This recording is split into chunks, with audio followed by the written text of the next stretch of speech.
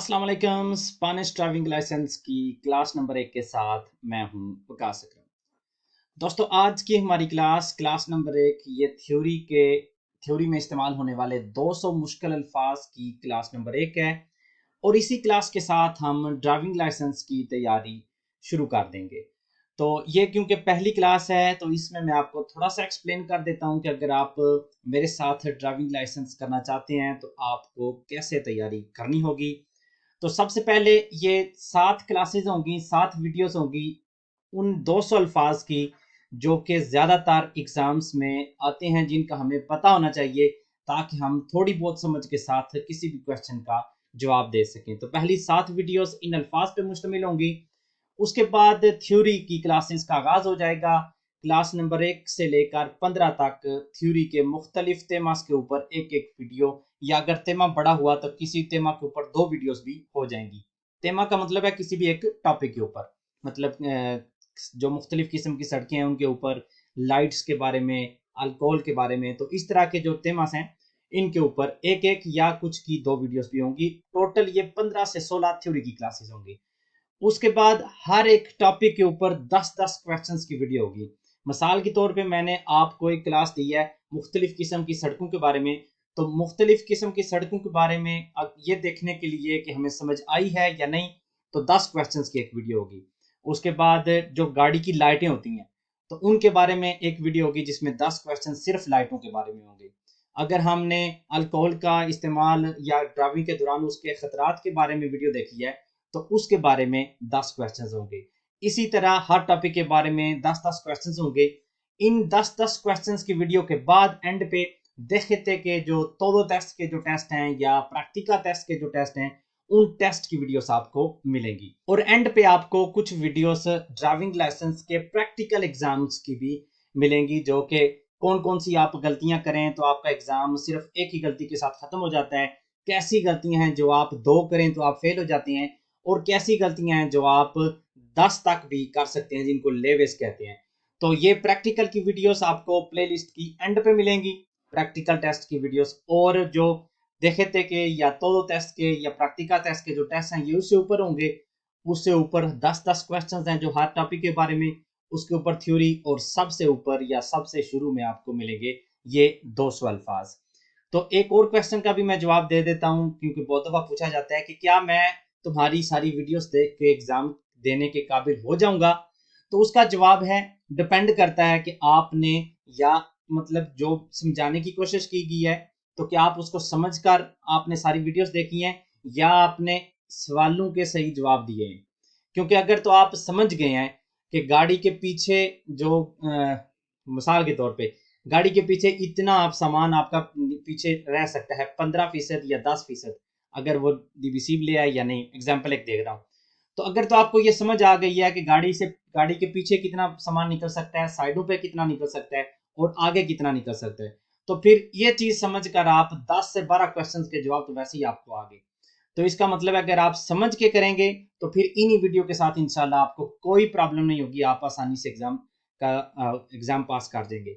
लेकिन अगर आप हर सवाल को सिर्फ पास करने के लिए या एक दफा सुनने के लिए करेंगे तो फिर आपको बहुत ज्यादा प्रैक्टिस की जरूरत होगी, बहुत ज्यादा आपको टेस्ट करने होंगे ताकि आप सारे क्वेश्चन सही कर सकें। एक और आखिरी चीज, क्योंकि आप इस वीडियो से या इस क्लास से आप ड्राइविंग लाइसेंस की तैयारी का आगाज कर रहे हैं, तो मेरी रिकमेंडेशन आपको यह है कि आप हर रोज एक या मैक्सिमम 2 वीडियोस देखें, ये वोकाबुलरी की जो वीडियोस हैं।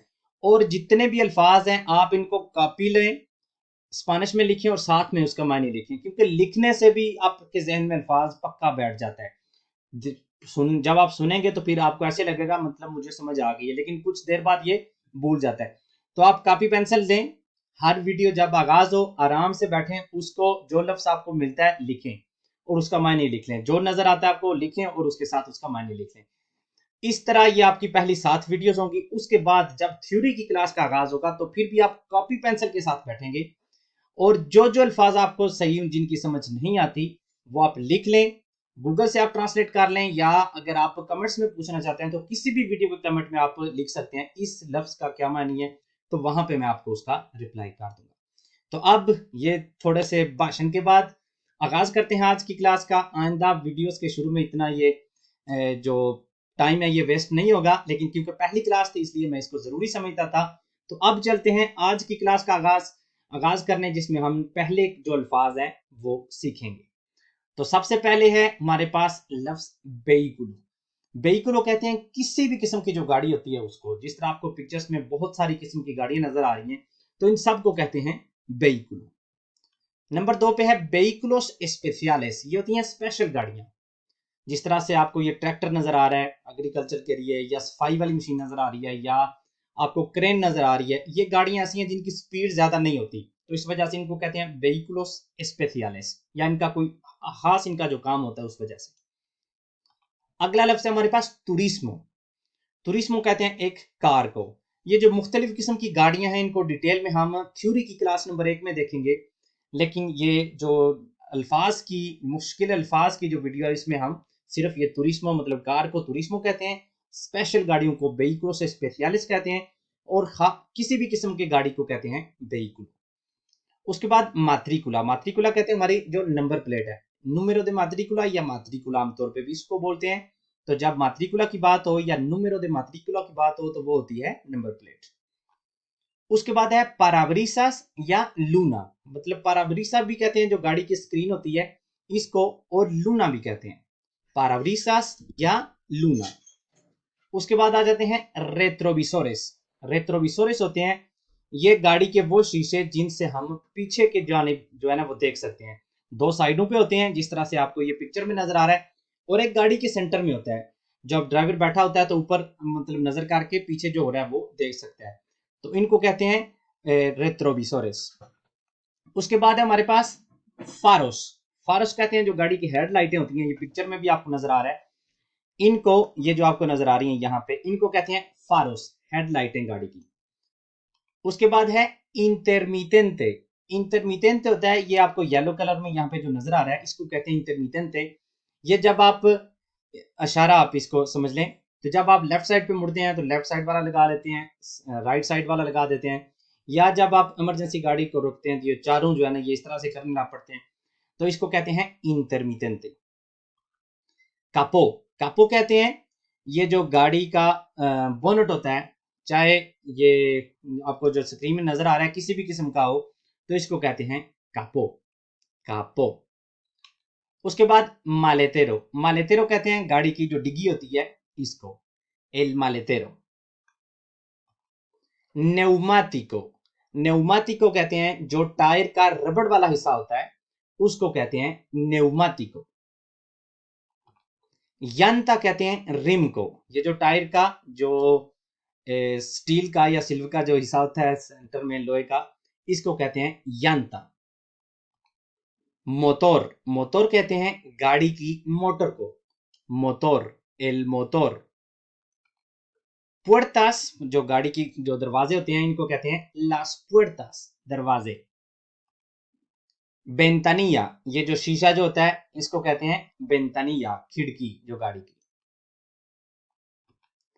आसियंतो।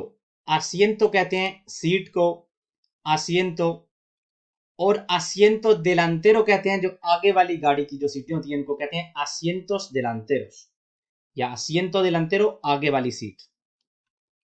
और रेपोसाकाबेसास।